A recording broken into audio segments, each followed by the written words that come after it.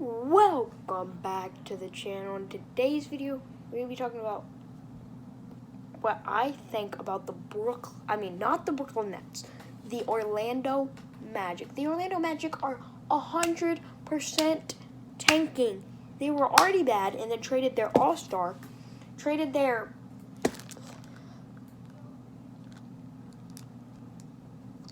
two top 75 players in the league. That might be a stretch. That might be a really big stretch, but maybe you're going to California are top 75 players in the league. Maybe they are. You could tell me if you think they are. But they are 100% tanking. I don't get why you tank. And I mean, I guess it makes sense because the Magic are never good. But one thing I like about my team, my favorite team, the Memphis Grizzlies, they don't tank. Well, they didn't even tank. They were just bad for 2 years. And then they're like, we're not going to tank to get better players. We can be an 8 seed, a 7 seed. We want our fans to be happy. Magic fans are going to be happy with this 10 years of... The Magic might be like the Sixers and then be bad for 10 years. And then be a 4 seed for 3 years. And then go back to tanking. I don't like teams that tank. I'm sorry, I don't like teams that tank. Giant market teams, tank if you want to. Please, New York Knicks. Please, Lakers, Clippers. Tank. Do it. Tank. That's actually smart. Because players will want to come to their cities.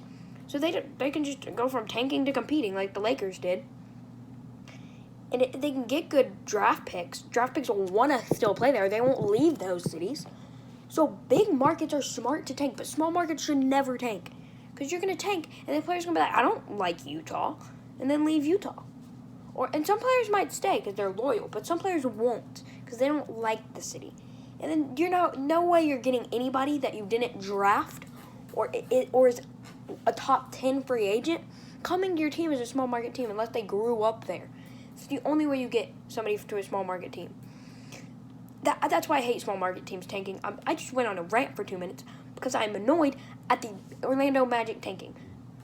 Actually, Orlando's like a big city, but like it's kind of a small market compared to the other markets in the NBA. Because it's a small market, because I've never seen a big free agent go there. Shaq left there too, so it's a small market in NBA terms. But yeah, I'm like the Brooklyn, and I think the Magic could have been like maybe not this year because they were trash this year. I don't know what happened this year; they fell apart. But they could be an 8 seed again. A 7 seed again. I'm happy with my team being 8 seed. I'm not mad that my team's not the 2 seed. I'd be mad if my team was the 15 seed. That's what I'd be mad about. I like my team being an 8 seed, a 7 seed, a 6 seed, or even a 9 seed playing in the play-in game. Like, that stuff is, I like when my team is decent. Decent. Because it's okay. I just don't like teams that tank. Like, the Lakers can tank. The Knicks can tank. Fine. But teams like the Magic and can't tank. I just don't like it. If you tank for a year, fine.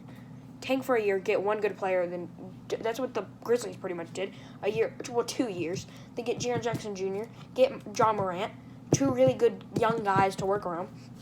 I'm fine with that. But the only teams that should be tanking 5 to 10 years are big market teams. Philadelphia is a big market, so they can do that. The Nets can do that.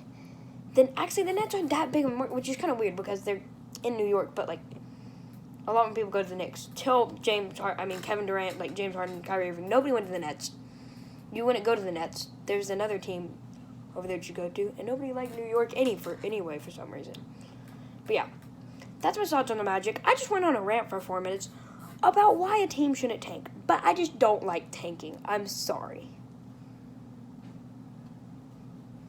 Thank you for watching this video, and I'll see you in the next one. Peace.